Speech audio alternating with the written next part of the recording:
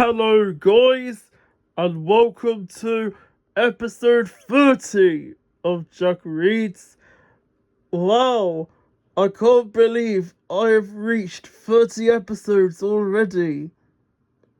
And in this special 30th episode, I am going to be reading the book Kipper's Beach Ball.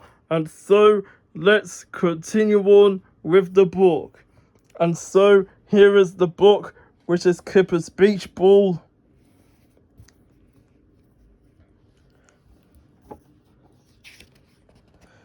Kipper's Beach Ball. One morning, as Kipper was pouring out his cornflakes, a thing dropped into his bowl.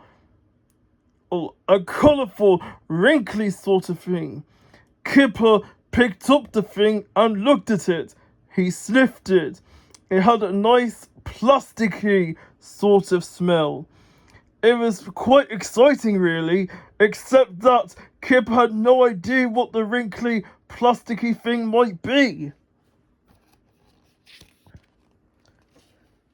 He ran to Tiger's house.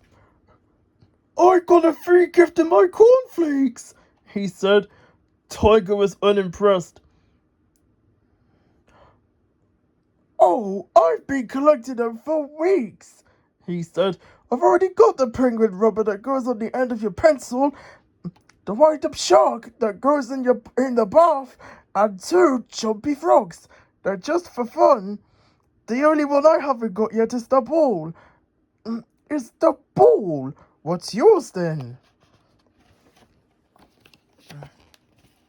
Kipper held up the thing. "It must be the ball," he said. It didn't look much like a ball. It didn't look much like anything. "I thought balls were supposed to be round and bouncy," said Tiger.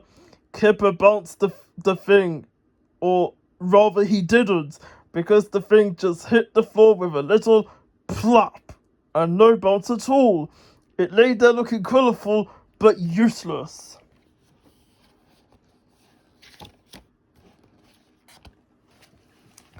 It was then that they discovered the nozzle.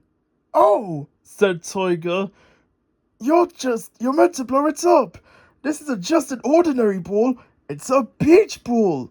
He started to blow it up.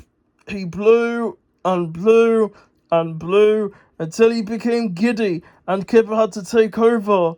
Slowly, the wrinkly, plasticky thing turned into the fattest, shiniest, beachiest ball they had ever seen.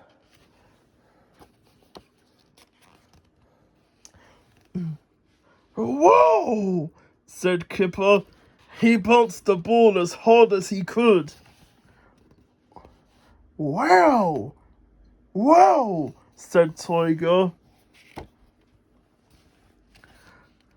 "Where would you take a beach ball?" "To the beach, of course." And that is what they did. Kipper was so excited as they reached the cliff top, he forgot how windy cliff tops are and threw the ball up into the air. This was a mistake. The wind grabbed the ball and whisked it away.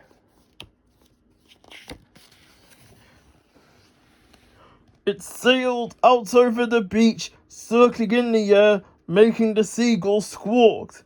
Then it dropped onto the hard sand and bounced up again, spinning faster and faster from them. "Stop!" called Kipper, chasing down the cliff steps, but the ball rushed away. It looped and bounced and skidded along the beach, knocking the top off a sandcastle. And just as it seemed that it would never stop,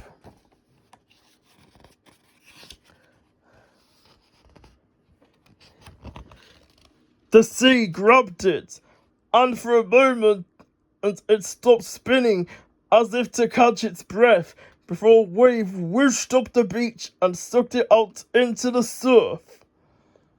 "Come back!" shouted Kipper, but by the time Kipper they reached the water's edge. The ball was bobbing far out among the waves. Come back!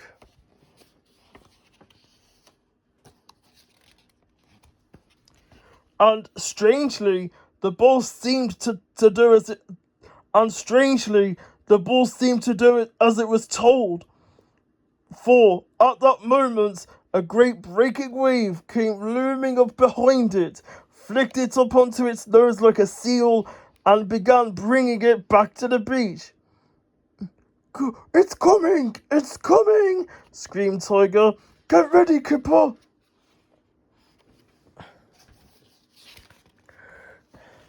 There was no time to get ready.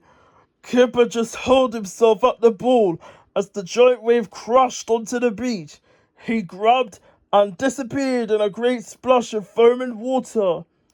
But over the sound of the waves and of the tumbling of the pebbles and of the bubbling of the water in his ears, Kipper felt another sound. Kipper heard another sound, a faint pop, and he felt something collapse underneath him.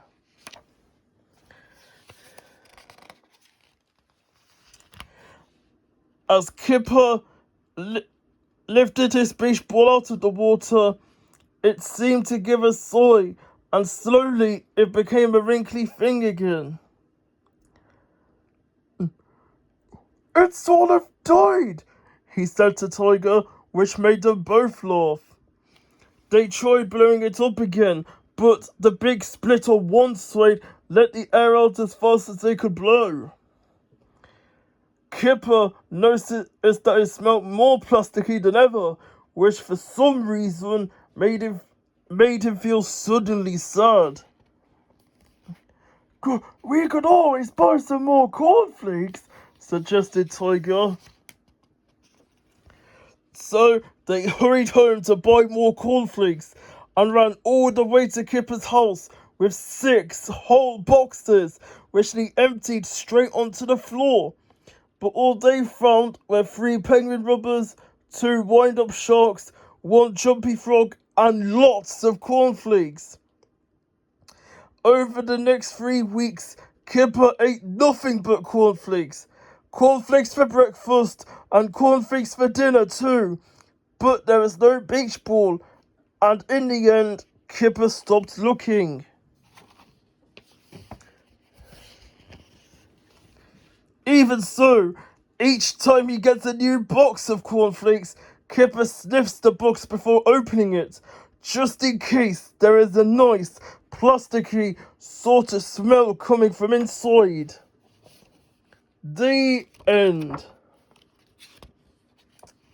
And over here we have an advertisement listing down some other Kipper books, which are Kipper's Toy Box, Kipper's Birthday, Kipper's Book of Counting, Kipper's Book of Colours, Kipper's Book of Opposites, Kipper's Book of Weather, Where is Kipper's Bear, Kipper's Snowy Day, Kipper's Christmas Eve, Kipper's A to Z, Kipper and Rolly, Kipper's Monster, Kipper's Balloon, the Little Kipper series, the Little Kipper collection, Kipper Story collection, and the second Little Kipper collection.